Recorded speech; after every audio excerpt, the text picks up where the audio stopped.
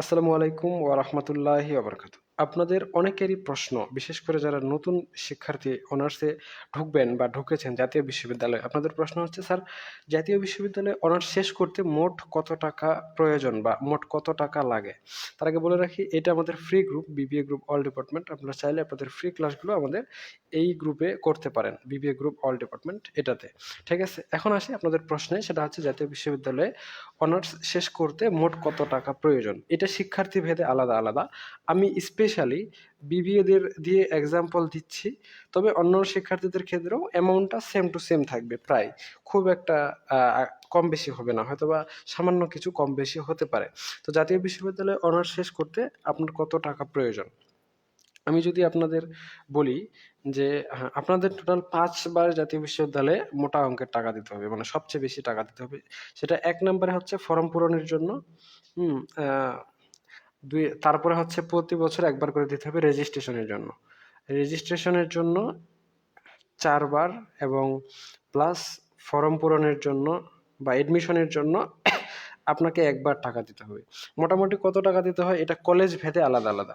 যেমন আমি যদি আমাদের কলেজের এক্সাম্পল দিই, আমি বর্তমানে বা ১ বছর আগে আমাদের কলেজে এডমিশনের জন্য নিত মনে হয় ৳৫৬০০।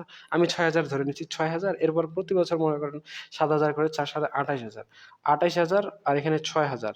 তাহলে আপনার ৳৩৪,০০০ টোটাল ৪ বছরে বা ৪.৫ বছরে আপনাকে ক্যাশ দিতে হবে কলেজে। এই টাকার মধ্যে কোনো ছাড় নাই, হ্যাঁ? মোটামুটি আপনার বাধ্যতামূলক খরচের মধ্যে এটাই রয়েছে। এখন বলতে পারেন, স্যার এখানে তো অনেকের প্র্যাকটিক্যালের জন্য টাকা দেয়। অনেকেই তো ইন কোর্সের জন্য নাম্বার দেয়, অনেকে আবার পরীক্ষার ফি দেয়, অনেকে আবার অন্যান্য বিষয় দেয়। ওই সবগুলো বিষয় এই ৳৩৪,০০০ র ভিতরেই রয়েছে। তবে কলেজ ভেদে এই অ্যামাউন্টটা কম বেশি হতে পারে। যেমন কিছু কলেজে সেম অ্যামাউন্টটা ৩০,০০০ এ আপনার ৪ বছরে হয়ে যাইতে পারে। আবার অনেক কলেজ রয়েছে যেগুলোতে সর্বোচ্চ ৪০,০০০ লাগবে। তবে আমার জানা মতে ৩০,০০০ এর কম কোনো কলেজেই হবে না। বাংলাদেশের যেকোনো কলেজে যান জাতীয় বিশ্ববিদ্যালয়ের মধ্যে। আর ৪০,০০০ এর বেশি কেউ নেয় না। নিলে তো ওদের খবর আছে, বা এত বেশি অ্যামাউন্ট চার্জ হয় না। মানে ডিফারেন্সটা এতও বেশি হয় না।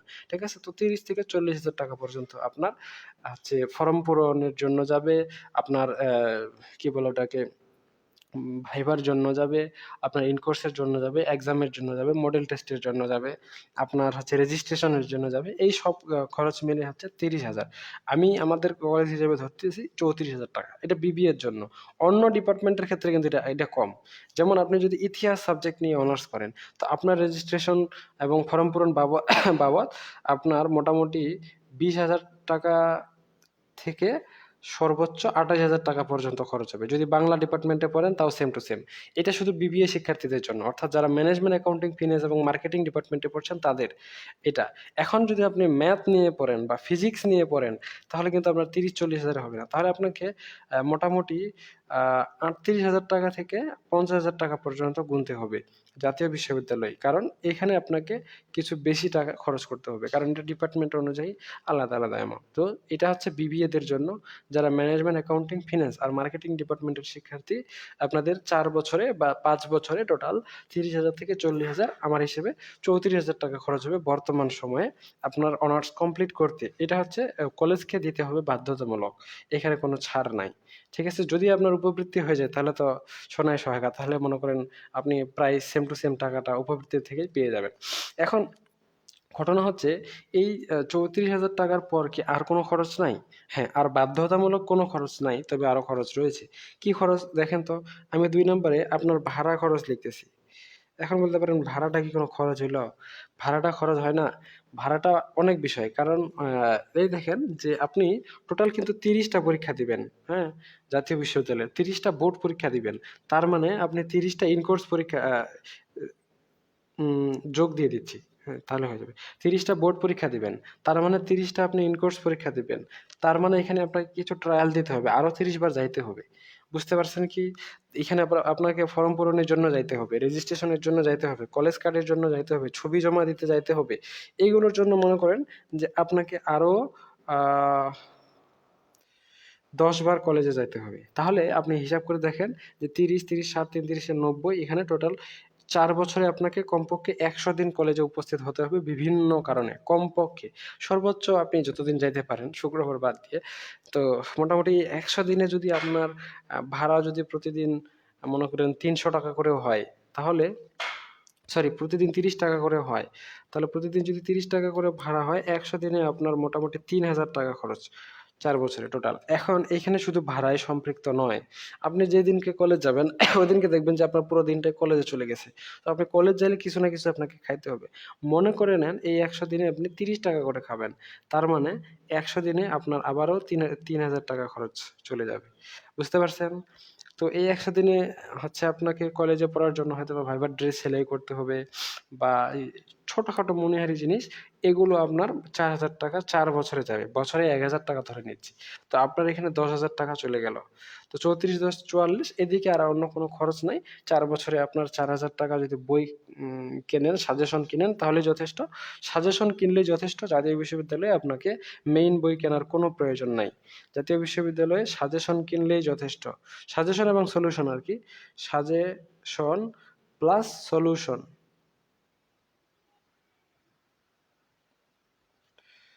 সাজেশন প্লাস সলিউশন কিনলেই হবে। প্রতি বছর এভারেজে ৳৮০০ করে বা সর্বোচ্চ ৳৯০০ করে সাজেশন প্লাস সলিউশন আপনার লাগবে, হ্যাঁ? এর বেশি লাগবে না।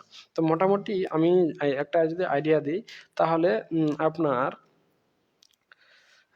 টোটাল আমার হিসাবে সামারাইজ করলে টোটাল ৳৪৮,০০০ খরচ যাবে অ্যাপ্রক্সিমেটলি। এটার কমও যাইতে পারে, বেশিও যাইতে পারে। তবে খুব একটা কমও যাবে না, খুব একটা বেশিও যাবে না। ঠিক আছে? এরপরে যদি আপনি প্রাইভেট পড়েন সেটা আলাদাভাবে দিতে হবে। যদি প্রাইভেট না পড়েন সেটা আপনার ব্যক্তিগত বিষয়। প্রাইভেটের জন্য কত টাকা খরচ হবে এটা আপনি কত কতগুলো সাবজেক্টের জন্য প্রাইভেট পড়বেন এবং কতজন স্যারের কাছে পড়বেন, স্যারে কত টাকা করে নিবে, এই বিষয়টা আপনার আলাদাভাবে ডিপেন্ড করবে। তবে বিবিএতে পড়লেও আপনার অনলাইনে প্রাইভেট পড়তে পারবেন। আপনাকে ফিজিক্যালি যাই প্রাইভেট পড়তে হবে না। অর্থাৎ এখানে আপনার টাকাটা সাশ্রয় হবে। যেমন আমরাই ম্যানেজমেন্ট ডিপার্টমেন্টে ফার্স্ট ইয়ার থেকে মাস্টার্স পর্যন্ত প্রাইভেট পড়াচ্ছি। অ্যাকাউন্টিং ডিপার্টমেন্ট ফার্স্ট ইয়ার থেকে মাস্টার্স পর্যন্ত অনলাইনে প্রাইভেট পড়াচ্ছি। Finance department, marketing department first year থেকে মাস্টার্স পর্যন্ত আমরাই অনলাইনে প্রাইভেট পড়াচ্ছি। সো এখানে আপনার ভাড়া খরচও থাকবে না, প্রতি মাসে পেমেন্টও করতে হবে না বা প্রতি মাসে আপনার যে খরচটা রয়েছে ওইটাও থাকবে না।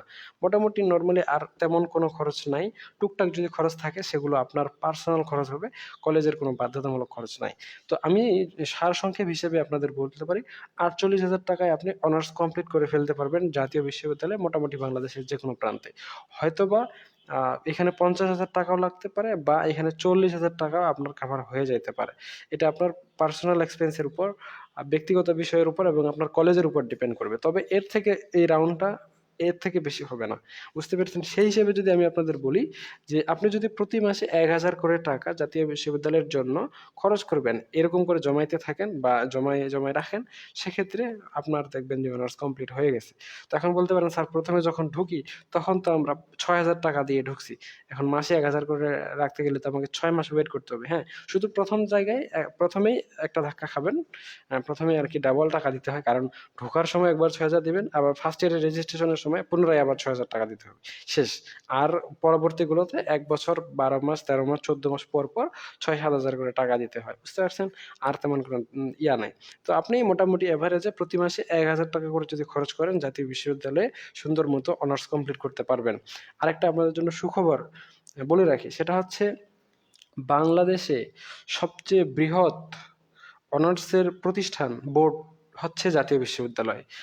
এবং সবচেয়ে কম খরচে আপনি জাতীয় বিশ্ববিদ্যালয়ে অনার্স কমপ্লিট করতে পারবেন। আরেকটা দুঃখের বিষয় বলি, সেটা হচ্ছে জাতীয় বিশ্ববিদ্যালয় হচ্ছে এমন বিশ্ববিদ্যালয় যেখানে বাংলাদেশের সবগুলো বিশ্ববিদ্যালয়ের মধ্যে সবচেয়ে বেশি সেশন জ্যাম। অর্থাৎ আপনি ৪ বছরের জীবনেও অনার্স কমপ্লিট করতে পারবেন না। আপনি যতই মেধাবী স্টুডেন্ট হন না কেন, আপনাকে ঠেলে শেষ পর্যন্ত ৫ বছর, ৫.৫ বছর, ৬ বছর, ৭ বছর পর্যন্ত আ পর্যন্তও লাগতে পারে আপনার অনার্স কমপ্লিট করতে। কারণ এখানে সেশন জাম। কিছু হইলেই জাতীয় বিশ্ববিদ্যালয়ের পরীক্ষা পিছায় যায়। কোনো কিছু হইলেই জাতীয় বিশ্ববিদ্যালয়ের পরীক্ষা স্থগিত হয়ে যায়। কোনো কিছু হইলেই জাতীয় বিশ্ববিদ্যালয়ের পরীক্ষা বাতিল হয়ে যায়। এখানে আবার অটো পাসের কোনো অপশন নাই। অর্থাৎ যেহেতু জাতীয় বিশ্ববিদ্যালয় সবচেয়ে কম খরচে আপনাকে অনার্স ডিগ্রি প্রদান করে, এটা একটা সুবিধা।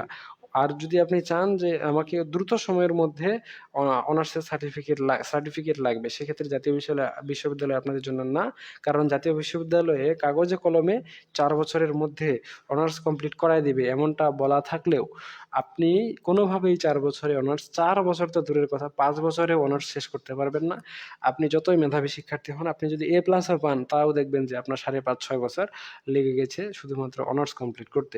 তো ঠিক আছে, আশা করা যায় এ বিষয়ে আপনাদের পূর্ণাঙ্গ ধারণা দিতে পেরেছি। আজকে এ পর্যন্তই। সকলেই সুস্থ থাকুন, ভালো থাকুন আর আমাদের সাথেই থাকুন। দেখা হচ্ছে আপনাদের সাথে নেক্সট পর্বে। ততক্ষণ পর্যন্ত খোদা হাফেজ।